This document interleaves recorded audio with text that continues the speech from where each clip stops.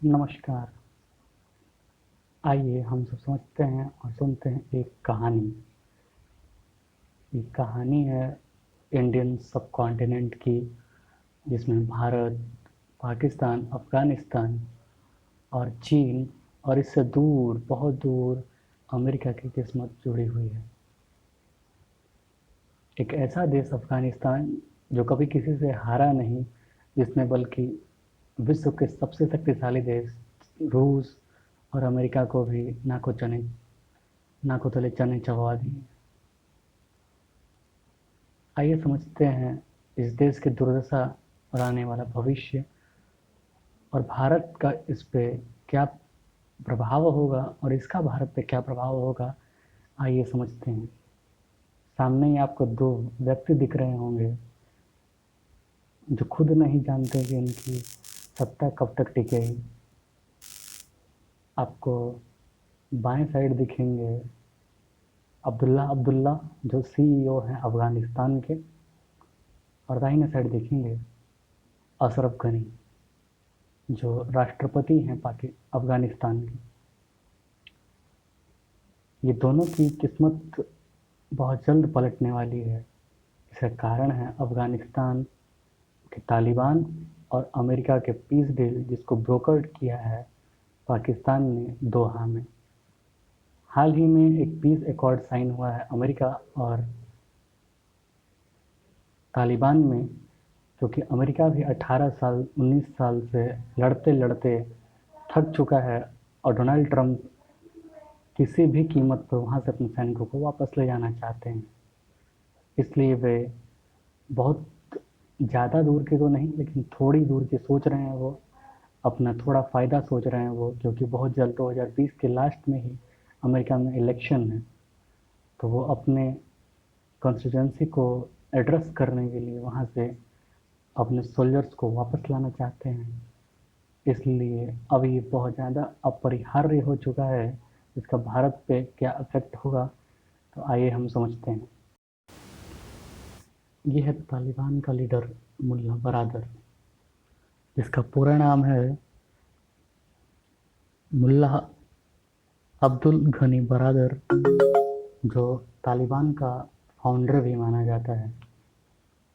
ये कुछ दिनों पहले कतर में गया था, दोहा में, अमेरिका के बुलावे पर, जहां एक पीस डील साइन हुई अमेरिका के रिप्रेजेंटेटिव खालिल खालिलजाद और इस ग्रुप के मध्य।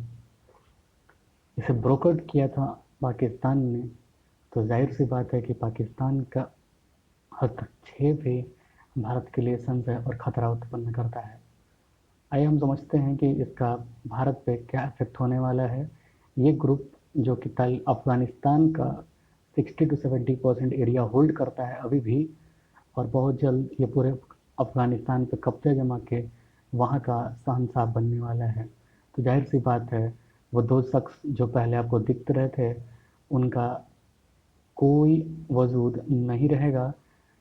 इनका जो भी भारत को अब डील करना होगा इन्हीं तालिबान से, जो कि शायद भारत की सरकार स्टार्ट कर भी चुकी है, जो आगे हम चर्चा करेंगे।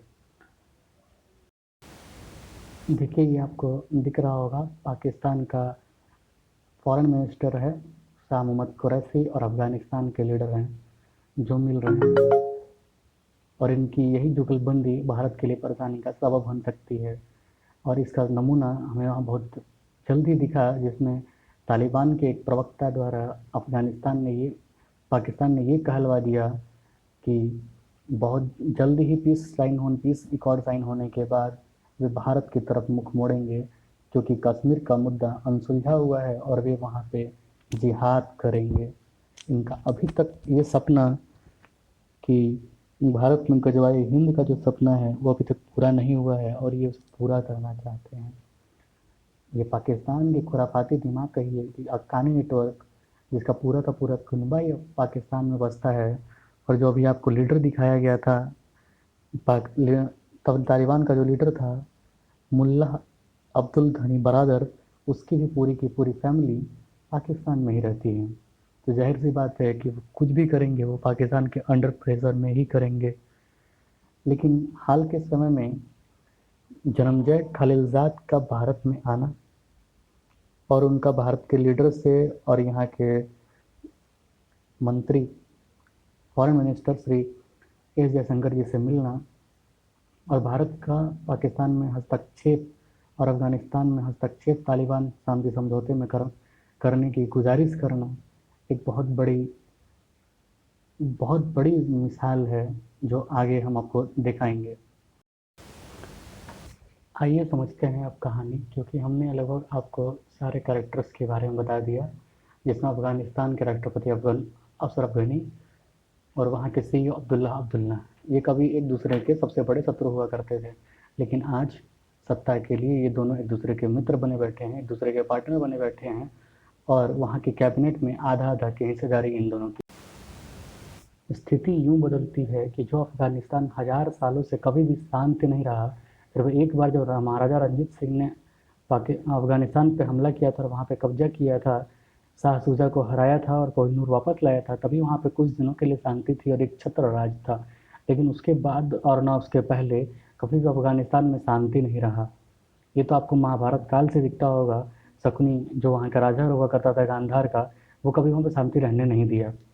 लेकिन आज प्रेजेंट कंडीशन में हम बात करते हैं अफगानिस्तान, जहाँ की हालत ये है कि जो सीईओ और अब वहाँ के जो राष्ट्रपति हैं, जो चुने हुए सरकार कहे जाते हैं, उनकी सत्ता मात्र महज 30 से 40% एरिया में सिमट जाती है और बाकी एरिया में वहाँ की तालिबान की गवर्नमेंट चलती है, जिसका अभी पीस अकॉर्ड पे साइन हुआ है। लेकिन दिलचस्प बात आपको ये दिखने को मिलेगा कि जैसे ही जन्मजय खालिलजाद भारत आते हैं और भारत एक तरफ से इशारा करता है कि हाँ, हम वहाँ के पीस डील में इंटरेस्टेड हैं, बशर्ते कि पाकिस्तान का रोल वहाँ पे कम कर दिया जाए। तो ऐसा इशारा मिलते ही, क्योंकि अमेरिका चाहता है कि भारत किसी भी प्रकार से वहाँ इंटर करे, क्योंकि अमेरिका वहाँ पे खुला नहीं जाना चाहता, क्योंकि अफगानिस्तान वही एरिया है जिससे मुजाहिदीनों ने कभी रूस को हराया और आज तालिबान ने अमेरिका को नाको तले चबा दिए हैं।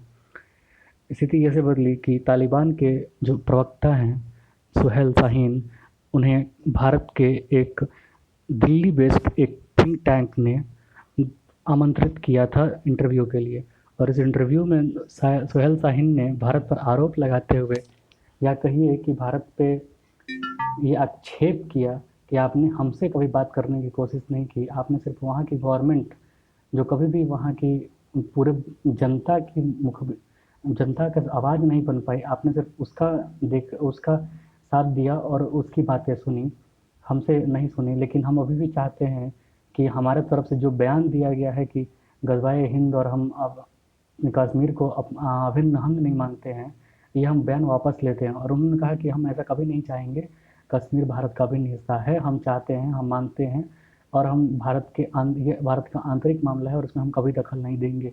ये जो मेजर शिफ्ट देखने को मिला है तालिबान का, क्योंकि तालिबान खुद जानता है कि उसे अगर वहाँ पे शासन करना है, वहाँ की प्रशासन बैठानी है, वहाँ टेक्नोलॉजी लाना है, विकास करना है, और चाबहार पोर्ट जो भारत सिर्फ अब अफगानिस्तान को केंद्र में रख के ही बना रहा है, भले ही उसका पहुंच पूरे सेंट्रल एशिया में हो, लेकिन तालिबान उसका मुख्य केंद्र बिंदु है।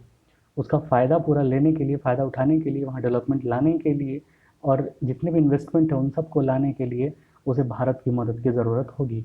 और भारत उसका रिलायबल सोर्स होगा, क्योंकि भारत में गवर्नमेंट डेमोक्रेटिक है और यहाँ पे कोई भी धर्मांध नहीं है। पाकिस्तान जो खुद कटोरा लेके पूरी दुनिया में घूम रहा है, वो अफगानिस्तान को क्या देगा, उसके डेवलपमेंट में क्या मदद करेगा। बस यही सब बात समझते हुए उसकी कुछ जो पॉलिसी है, पॉलिसी मेकर्स ने कुछ शिफ्ट किया है और कुछ अमेरिका के दबाव में है।